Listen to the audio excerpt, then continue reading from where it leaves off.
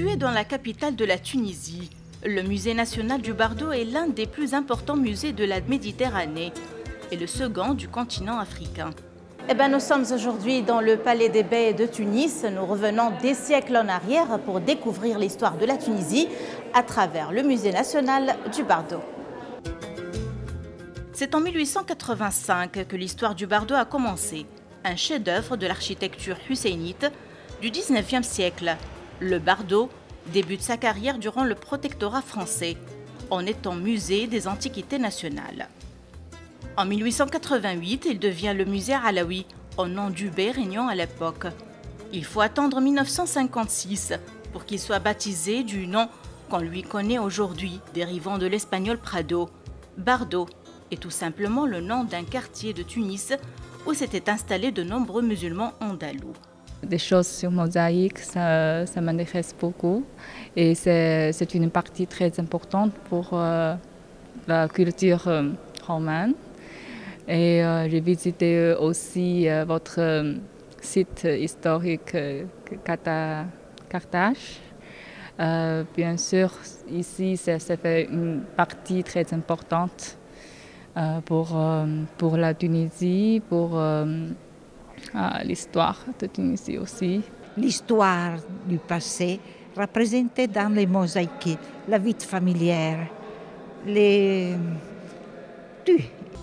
Le musée national du Bardo abrite la plus grande collection mondiale de mosaïques, qui retrace l'histoire de la Tunisie sur 32 000 mètres carrés d'exposition. Les collections couvrent la préhistoire et les époques phéniciennes, puniques, numides, romaines, chrétiennes et arabo-islamiques. Au milieu, vous voyez les 7 jours de la semaine entourés par les signes de zodiaque. Les signes de zodiaque, bien sûr. Vous avez remarqué que partout dans le musée, il y a plusieurs mosaïques, là où on trouve quelques parties détruites.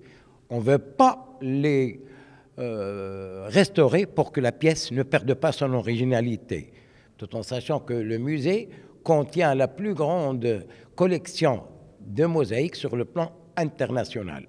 Et toutes ces mosaïques sont d'origine, bien sûr, que ce soit des monuments publics ou des monuments privés pendant la période romaine, et surtout pendant le IIe siècle, qui est la période de prospérité des Romains en Afrique du Nord. En 1899, les autorités de l'époque lui créent un second espace, le Petit Palais, qui désormais allait abriter les collections d'art islamique et un panorama sonore de la Méditerranée. Et oui, on écoute le syndrome du lys, enchaîné aux mâts de son navire pour résister au chant des sirènes. Le musée propose 101 pièces maîtresses, dont des statues. Au cœur du musée se situe la salle de Carthage. Elle abrite environ 30 sculptures.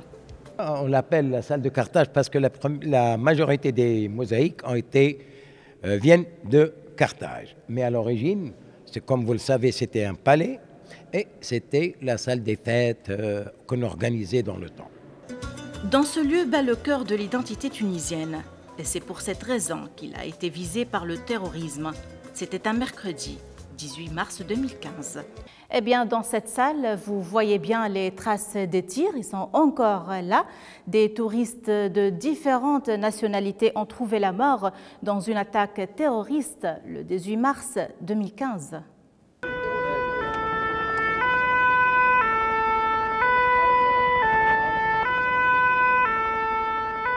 La Tunisie a connu l'un des attentats terroristes les plus sanglants de son histoire et le premier d'une malheureuse série d'attaques visant pour la première fois des touristes.